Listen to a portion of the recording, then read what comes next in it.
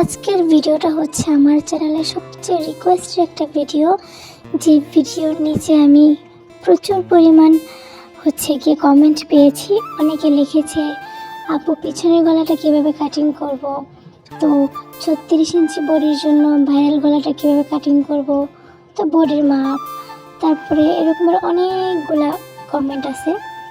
অনেকে দেখা যায় যে এই ডিজাইনটা সামনের পাটটাই কাটিংটা দেখায়, পিছনের পাটটা মিলানো যায় না কিন্তু অনেক ক্ষেত্রে। শোল্ডারের চওড়াটা একটু লম্বা নিলে দেখা যায় যে পিছনের গলাটা মিলানো কিন্তু প্রচুর কঠিন হয়ে যায়।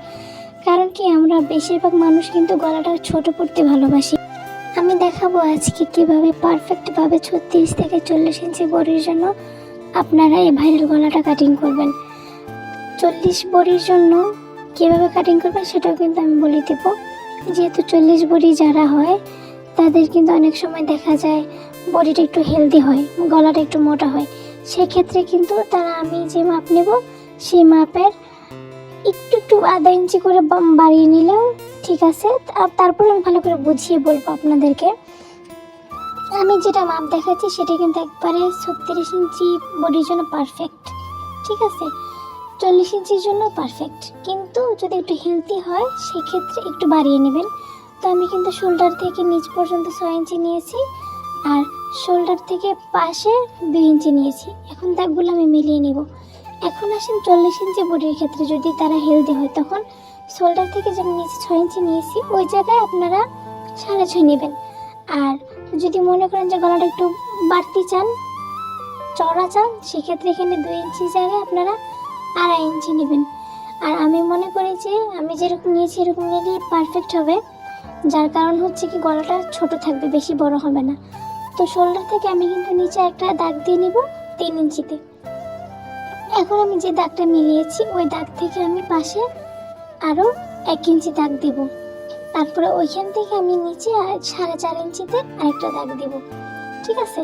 এটা হচ্ছে শেপটা যাতে সুন্দর হয়, এই জন্য সবগুলো মাপ কিন্তু সুন্দর করে নিয়ে নিচ্ছি আমি। আবার পাশাপাশি 1 ইঞ্চিতে মার্ক করে নিয়েছি। এখন 4.5 ইঞ্চিতে যেখানে দাগ দিয়েছি ওইখান থেকে আমি একবারে শোল্ডার পর্যন্ত দাগটা মিলিয়ে নেব। এখন দেখুন আমি শেপটা কীভাবে দিই।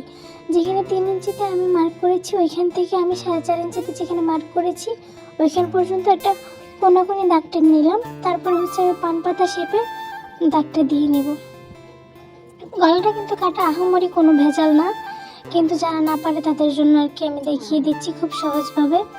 তো আমি কিন্তু বলেই দিলাম যে 36 ইঞ্চির জন্য কতটুকু নেবেন আর 40 ইঞ্চির জন্য কতটুকু নেবেন। যদি আপনারা মনে করেন যে 40 ইঞ্চির জন্য এতটুকু আমি যেভাবে দেখিয়েছি সেভাবেই নেবেন, তো ঠিক আছে, আপনাদের আর এক্সট্রা কোনো বাড়িয়ে নিতে হবে না মেজারমেন্ট। তারপরে যদি বাড়াতে মনে চায় সেটা হচ্ছে আপনার ইচ্ছা। এখন বুঝিয়ে দিব যে পিছনের গলাটা কিভাবে কাটিং করবেন। আমি যেহেতু সামনে ফার্স্টে নিয়েছিলাম 2 ইঞ্চি, তারপরে 1 ইঞ্চি নিয়েছিলাম, তো 1 আর 2 মিলে হয় 3 ইঞ্চি। তো এখানে আমি 3 ইঞ্চিতে মার্ক করে নিব। এখন আপনি যদি 2.5 ইঞ্চি নেন ফার্স্টে সামনের গলার জন্য, তারপরে 1 ইঞ্চি নিলে হবে 3.5 ইঞ্চি। তো এখানেও কিন্তু পিছনের গলার জন্য কিন্তু 3.5 ইঞ্চিতে মার্ক করে নিতে হবে। আমি যেহেতু 3 ইঞ্চি নিয়েছি সর্বমোট, তো এখানে আমার পিছনের গলাটার জন্য আমি 3 ইঞ্চি নিয়ে নিব। তারপরে আমি ছোট করে একটা গোল গলা দিব পিছনে, এই জন্য আমি 2.5 ইঞ্চিতে মার্ক করে নিয়েছি। আমার গলাটা একটু ছোট হয়েছে, আমি আমার আইডিয়াতে নিয়েছি। আপনারা যদি পিছনের গলাটা একটু বড় চান তাহলে 3.5 ইঞ্চি নেবেন কিংবা 3 ইঞ্চি নেবেন, ঠিক আছে। আমি যেভাবে বলতেছি সেম এভাবে যদি করে দেখেন তাহলে কিন্তু আসলে আপনার গলাটাও কিন্তু খুবই সুন্দর হবে। আমি গলাটা কাটিং করে নেওয়ার পরে দেখুন সামনের গলা এবং পিছনের গলা। এখন আমরা সরাসরি মেশিনে চলে যাব, ঠিক আছে। চলো, মেশিনে চলে এসেছি। এখন আমি গলাটা কিন্তু একটা টুকরা কাপড়ের উপর বসিয়ে সেলাই করে নেব। সচরাচর আমরা যে নর্মাল জামাগুলো বানাই বা কামিজগুলো বানাই, ওই কামিজে যেরকম করে আমরা গলাটা কাটিং করি বা কাপড় বসিয়ে সেলাই করি, সেম এখানেও কিন্তু সেম হবে, শুধু ডিজাইনটা একটু তফাৎ। তো আমি এখানে কাপড় বাড়তি ছিল দেখে আমি আর এক্সট্রা আরেকটা কাপড়ে সেলাই করে নিয়ে পেছনের গলাটা আমি এক কাপড়ের মধ্যে সবগুলো সেলাই করে নিয়েছি। এখন আমি ডই বা ফিতা যেটাই বলেন এটা কিন্তু আমি এক্সট্রাভাবে বানিয়ে নিয়েছিলাম। এখন আমি কামিজের সাথে গলাটা অ্যাড করে নিব। কামিজের গলার যে মিডল পয়েন্ট আছে ওই মিডলে আর গলার যে মিডল আছে, মিডলের সাথে মিডল রেখে আমি সুন্দর করে ওই যে ভি গলার যে শেপটা আছে পান পাতার, ওই কোনা পর্যন্ত এনে আমি আটকে নিয়েছি। আটকানোর পরে সুন্দর করে হাত দিয়ে বসানোর পরে আমি বক্রমের সাইড দিয়ে সেলাই করে নিচ্ছি চারপাশে ডিজাইন বরাবর, যাতে বক্রমের সেলাইটা না ধরে ওরকমভাবে সেলাই করতে হবে। চারপাশে সেলাই করে এখন আমি কেচি দিয়ে কেটে নিচ্ছি। কাটার পরে যে অংশটার মধ্যে আমি ফিতাগুলো দিব, যে কোনাগুলোর মধ্যে, ওইখানে আমি একটু মানে যে সেলাইটা আছে সেলাইটা কেটে দিয়েছি যাতে ফিতাগুলো ঢোকানো যায়। ফিতাগুলো ঢোকানোর পরে আমি এখানে সুন্দর করে ডাবল ডাবল সেলাই করে নিচ্ছি যাতে শক্ত হয়ে থাকে।